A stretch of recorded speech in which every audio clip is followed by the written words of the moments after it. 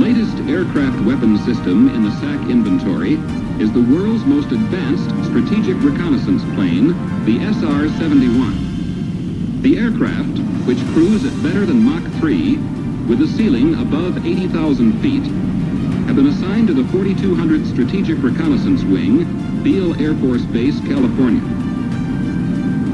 The SR-71, with its wide variety of systems, will perform practically any type of observation mission, from simple battlefield surveillance through interdiction reconnaissance to strategic.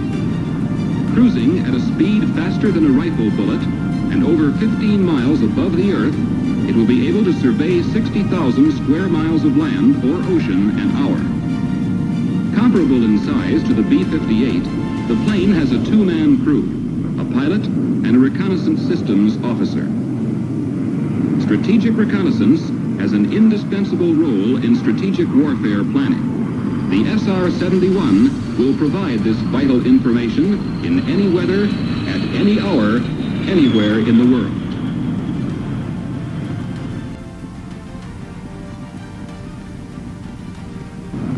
This is the F-111. A bomber version of this aircraft, to be called the FB-111, is currently programmed for the Strategic Air Command. Unique feature of the aircraft is its variable sweep wings, whose angle can be changed in flight. The F-111, a tactical fighter that will be used by the Air Force and the Navy, is still undergoing environmental tests. Speaking of the FB-111, Secretary of Defense Robert McNamara said, quote, "It will have twice the speed of the B-52 aircraft approximately, with approximately the same range.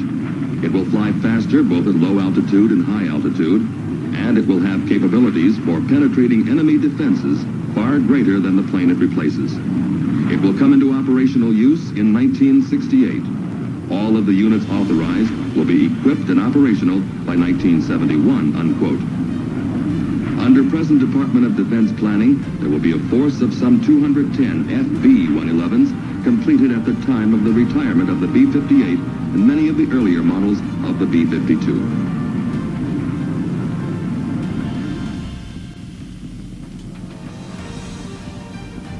In October, at the Boeing Company's Wichita, Kansas division, a new packaged concept for loading B-52s was developed. Called Big Belly, the program had two objectives: increase the B-52's conventional bomb-carrying capability and speed up bomb loading time. The initial tests were made using 500-pound bombs. These were preloaded on 3 A-frames, 28 bombs to the frame, and towed to the aircraft, a B-52D whose bomb bay section had been strengthened to support special clip-in racks. Although the bombs were inert, all munition safety procedures were followed. Each package of 28 bombs was lifted into the bomb bay and clipped in place.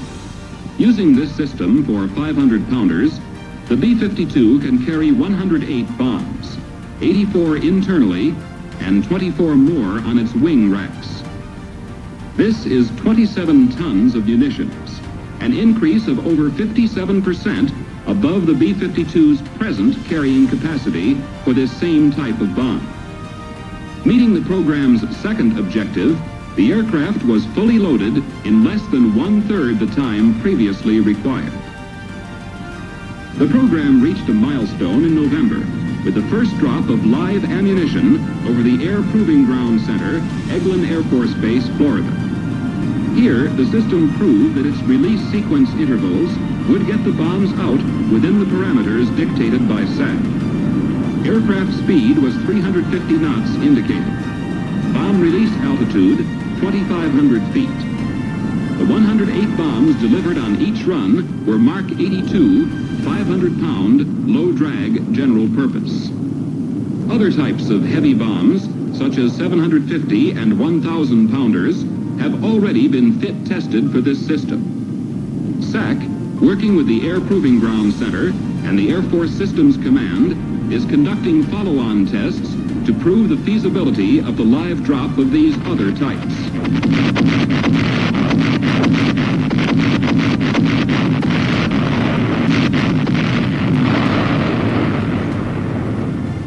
The Big Belly 500-pound bomb test at Eglin was highly successful. Current planning is to install the system in the entire B-52D fleet. The major modification is strengthening of the bomb bay section, and in no way affects the aircraft's ability to carry nuclear weapons. Along with the heavier conventional bombs, this system will be tested for the drop of other non-nuclear munitions that offer a potential use by SAC against the communists in Vietnam.